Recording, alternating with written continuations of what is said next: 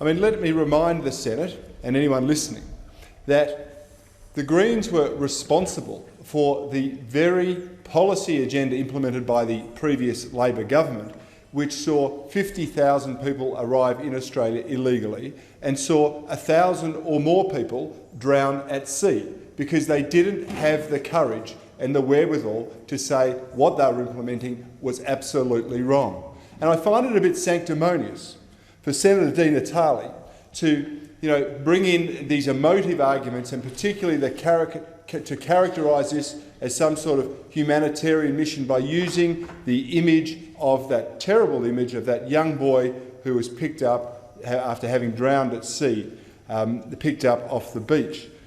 The facts remain that that terrible image wasn't brought around by recent events in Syria or Iraq. That boy and his family had lived in Turkey for 3 years. For 3 years.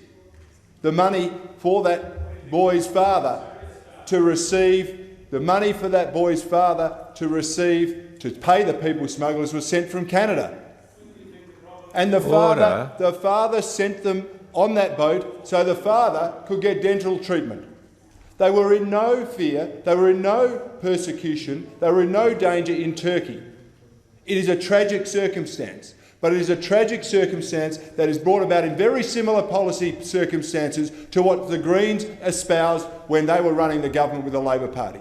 People were drowning at sea because of the incentives that were being provided by their cockamamie, humanitarian ethos. It is much more humane for people to go through an orderly migration program, to be put in places where it is safe, and they don't have to take such tempting things. Now we know that what is happening in Syria and the Middle East is a tragedy. But as the Prime Minister said many, many moons ago, in Syria there are no good guys. There are bad guys and bad guys. And he was mocked for that, because the Greens will have you believe, and others will have you believe, that the Assad regime, for all its faults, is somehow worse than what the world is confronting in ISIL or Islamic State. The barbarism of Islamic State, which is on display for all to see, which is spreading across the Middle East with far too little resistance, I have to say, needs to be confronted. And if they are the enemy of the world, then we need to destroy the enemy. That is the simple fact, because if you don't destroy them, they will continue to come back again and again and again. And the Greens would have us destroy the Assad regime rather than destroy ISIL. And when it comes to those who are displaced in the Middle East, I make this point.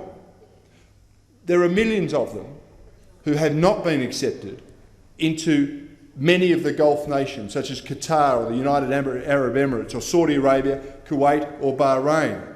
They've offered 0 resettlement places to Syrian refugees. And I'd also make the point, these are wealthy nations. They're used to, in many cases, the influx of millions of people. For the annual visit to Mecca, when millions of Muslims visit Saudi Arabia, they can be accommodated and dealt with accordingly. Why couldn't the same thing be done with those who are displaced in their own region? It is not simply up to the West or up to Australia to pull above their weight. It needs a global response, and that should start in the Middle East. And in respect to Australia, we already punch well above our weight in respect to humanitarian refugee placements. Per capita, we outdo New Zealand, America, the UK, France, because we're very generous.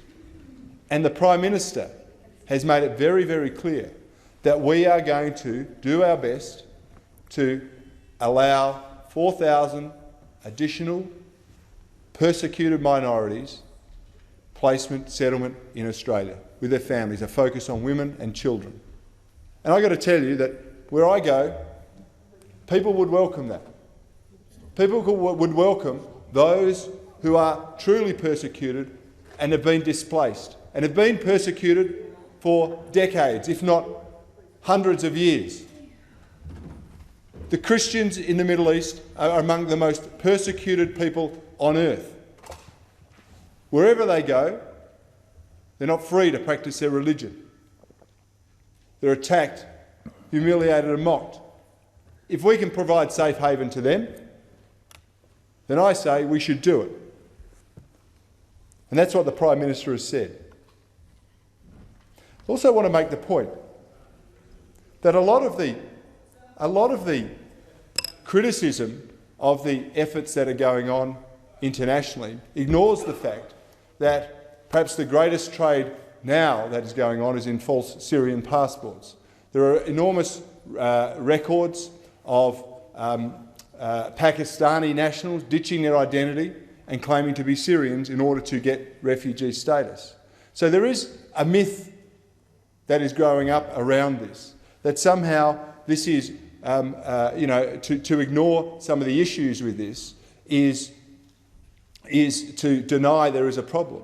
Of course there is a problem, but you cannot just open your borders and allow any number of people to come through without serious checks and scrutiny. And that's what's happened in other nations. It's happened in Australia under a previous government. We need to be cautious.